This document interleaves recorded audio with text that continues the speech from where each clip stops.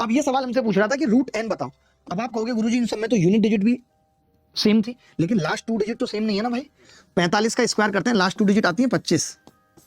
28 का 784, 84 आ जाएंगी last 2 digit. 53 का करेंगे 50 से भाग 0 9 आ जाएगी।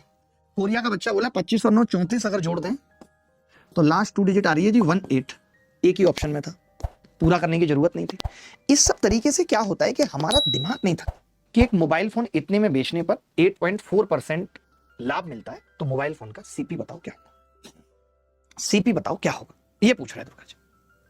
बोलो भाई सीपी बताओ क्या होगा। देखिए मैंने जैसे ही ऑप्शन देखे तो मेरे पास अप्रोक्सीमेशन था, मैंने कहा यार सारे ऑप्शंस का डिजिटल सम बिल्कुल अलग अलग है, तो क्यों ना इस सवाल में डिजिटल सम लगाते हैं।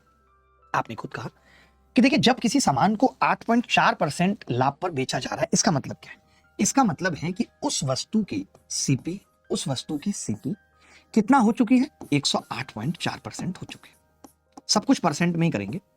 परसेंट में दुर्गा जी समझिएगा एक बात कि परसेंट में डिजिटल सम लगाना इसलिए आसान है क्योंकि नीचे 100 आएगा, 1 आएगा तो डिजिटल सम पे फर्क नहीं पड़ेगा। मैंने देखा यार ये तो बड़ा आसान है, कैसे? आपने कहा 8 और 1 तो 9 हो गया, और इसका डिजिटल सम कितना आ रहा है? 6 और 6 12 और 5 17 और 2 19, यानी 1 आ रहा है। 1 आ रहा है, मैंने गलत तो नहीं लिखा? 620 है, 56 620 है, यही है ना? आपने कहा जी 56 620 है, कैसे? 6 और 6 12 और 2 14 और 5 19, 1 आ गया। इसका डिजिटल सम कितना? 108.4 का, तो आपने कहा 4 है। तो मैंने देखा कि यार सीपी का जो डिजिटल सम आ रहा है दैट इज 1/4। 1/4 आ रहा है, आ रहा है नहीं आ रहा? 1/4 बताओ। आपने कहा, मैंने फिर मुझे लग रहा है कुछ गड़बड़ तो कर दिया, कुछ गलत तो नहीं लिखा मैंने। 59,620 है।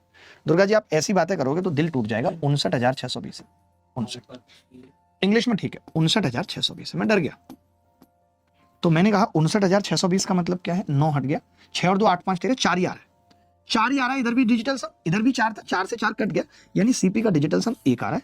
और एक साफ साफ देख रहे हैं कि एक ऑप्शन में आ रहा है। मैं इस सवाल के अंदर 36 तरीके लगा सकता हूं, मैं इस सवाल के अंदर 36 तरीके लगा सकता हूं। मैं अप्रोक्सीमेशन बता सकता हूं कि ये 8% है लगभग। तो आप दुर्गा जी देखिए, पहले वाले का 8% करूंगा 4,000 आएगा लगभग, तो भी 56,000 हो पाएगी एसपी। इसका 8% करूंगा तो 50,000 भी नहीं हो पाएगा। इसका 8% करूंगा 54,000 ही हो पाएगा। तो एक ही ऑप्शन है कि 8% करने पे 4,000 जोड़ने पे 59,000 केवल बी ऑप्शन में आएगा। यानी मैं अप्रोक्सीमेशन से भी इस सवाल को कर सकता था, यानी अप्रोक्सीमेशन से भी मैं इस सवाल को कर सकता था। एक सवाल पूछ रहा हूं, बड़ा ही घटिया सवाल है, बड़ा ही घटिया सवाल है कि राम ने 20% की हानि पर एक प्लॉट को 6,55,000 में बेच दिया। 15% का लाभ कमाने के लिए उसे इस प्लॉट को कितने रुपए में बेचना चाहिए? बता सकता है आप में से कोई?